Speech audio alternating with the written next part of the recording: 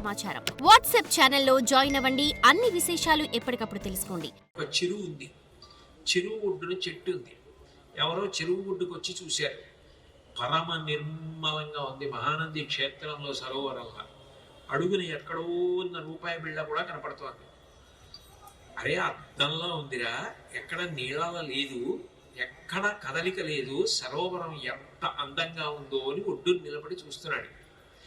ఒడ్డున ఉన్న చెట్టు నుంచి ఒక చిన్న పిందె ఒకటి రాలి చెరువులో పడింది. తరంగములు వచ్చాయి, కదలికలు వచ్చాయి. ఈ కదలికలు ఎక్కడొచ్చాయి? సరోవరంలో వచ్చాయి. ఈ కదలికలన్నీ ఎందులో ఆగిపోతాయి?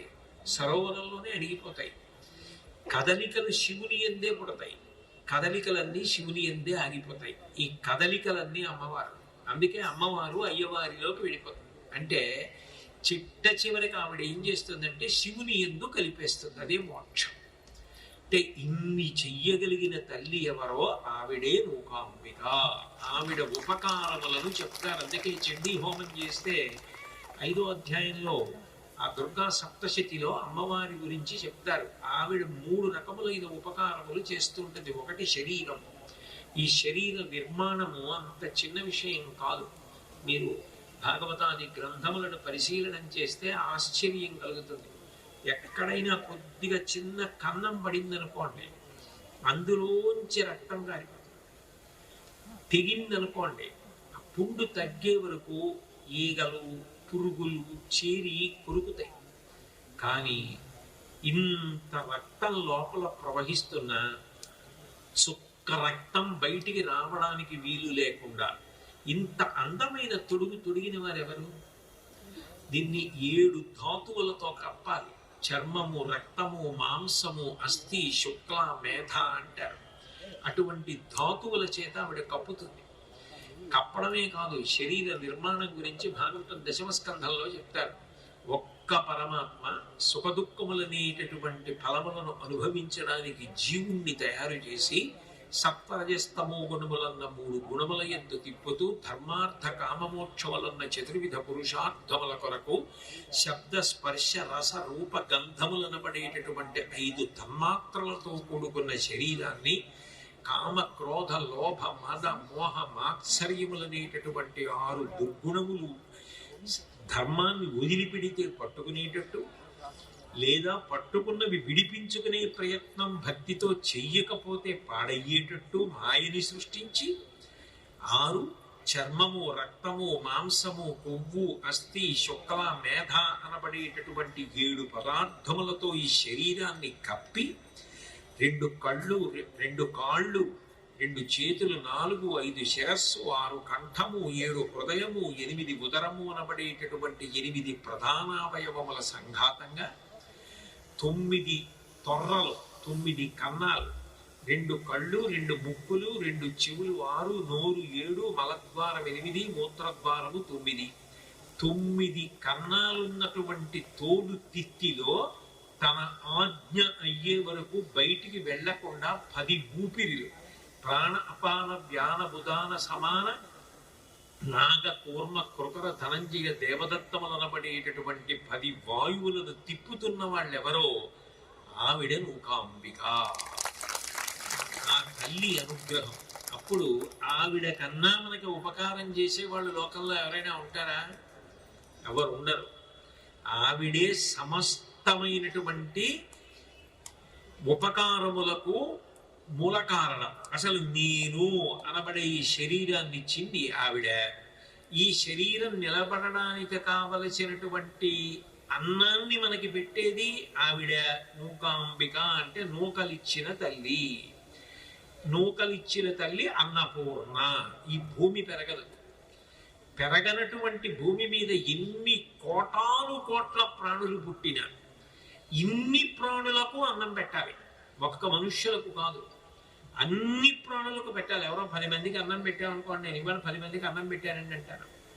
కానీ అమ్మవారు ఎంతమందికి అన్నం పెడుతుంది అంటే, అడవి పక్షులకెవ్వడు ఆహారం ఇచ్చను, మృగసంఘములకెవడు మేత పెట్టే, జలచరాదులకు భోజనం వెవ్వడిప్పించే, చెట్లకెవ్వడు నీరు చిడిపోసే, స్త్రీల గర్భంబులో శిశువులనెవ్వడు పెంచే, పడులకెవ్వడు పోష పరగ విషము, మధుపాళికెవ్వడు మకరందమునరించే, పశులకెవ్వడు పెట్టె పచ్చి పూరి.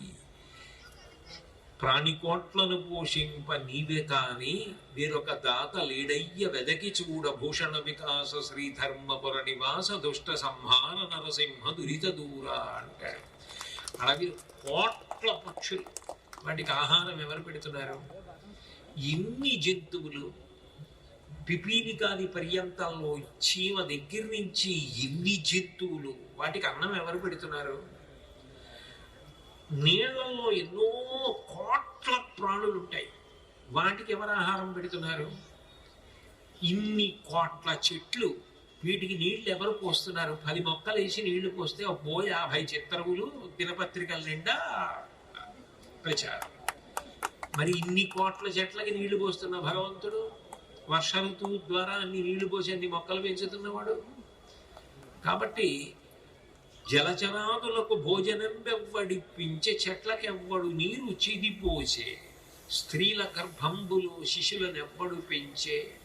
స్త్రీ పురుషులు కలుసుకున్నప్పుడు శుక్లము శోణితము కలిసి బుడగగా ఏర్పడితే అది 9 నెలల్లో పిండంగా పెరిగేటట్టు అమ్మ కడుపులో తీర్చిదిద్దుతున్నవాడు ఎవరు? ఆ శిల్పి.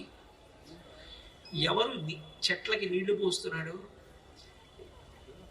పావుల్లో తిత్తులలోకి రోజు విషం ఎవరు నింపుతున్నారు? ఇన్ని కోట్ల సాధు మృగాలు ఉన్నాయి, గడ్డి తినేవి, మేకలు, గొర్రెలు, గుర్రాలు, గాడిదలు, ఇలాంటివి. వాటికి ఎవరు గడ్డి పెంచి పెడుతున్నారు?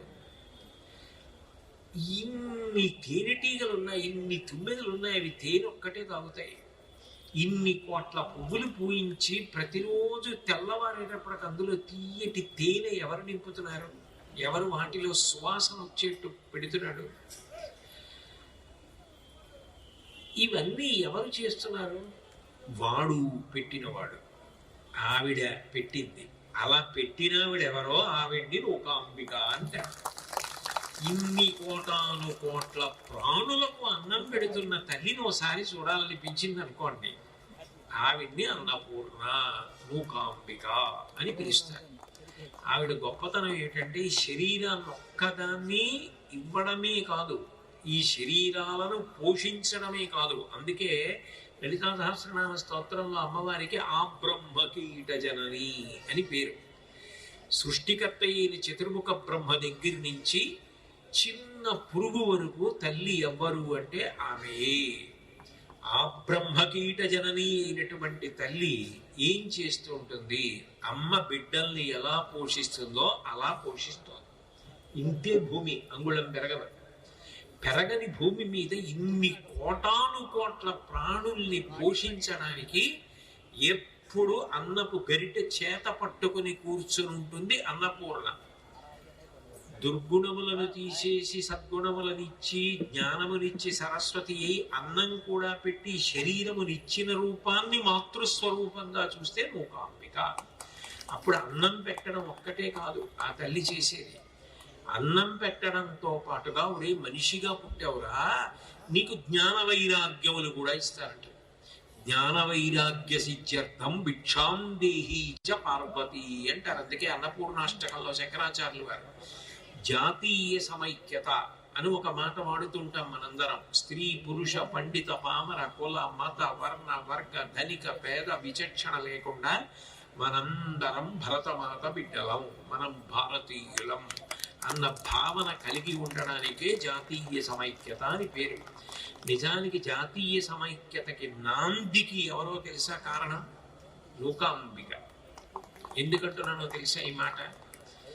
అన్నగారు ఎంత జీతం సంపాదించేవాడైనా, మధ్యలో ఉన్నవాడు కొంతే సంపాదించినా, ఆఖరి వాడు అశక్తుడై ఏమీ సంపాదించకపోయినా అమ్మ ముగ్గురిని కూర్చోపెట్టి కడుపు నిండా అన్నం పెడుతుంది. అన్నం పెట్టడం ఒక్కటే అమ్మకొచ్చు. దయకి ప్రేమకి రాశీభూతము అమ్మ. అందుకే శ్రీశైల మల్లికార్జున స్తవంలో అంటారు, ఉభౌ దర్వీ కుంభౌ మణిగణక సంభావిత గుణౌ దధానా పాణిభ్యాం అమృతరస మృష్ణాన్న కలితౌ కలాఢ్యా కళ్యాణీ కలిత సదనా శ్రీగిరసి శిరసస్య సౌ భ్రామర్యంబా రచయితుమధిష్టార్థ విభవం అంటారు. ఆవిడ బంగారు పాత్రలో పాయసాన్నం పట్టుకుని మణిగణ ఖచ్చితమైన తిడ్డు పట్టుకుని వచ్చిన వాళ్ళకి వడ్డిస్తూనే ఉంది. భిక్షాందేహి కృపావలంబనకరి మాతాన్నపూర్ణేశ్వరి. ఎవరు తక్కువ సంపాదించినా ఎక్కువ సంపాదించినా ఆడైనా మగైనా అమ్మ దగ్గరికి వెడితే మన అందరం ఎవరం అవుతాం? అందరం అమ్మ దగ్గరికి వెళ్ళినప్పుడు మన అందరం ఎవరం? అన్నదమ్ములం, అక్క చెల్లెళ్ళం. నోటితో భారతీయులందరూ నా సహోదరులు అని ఎన్ని మాటలంటే జాతీయ సమైక్యత వస్తుంది. For more videos like this, subscribe Big TV channel.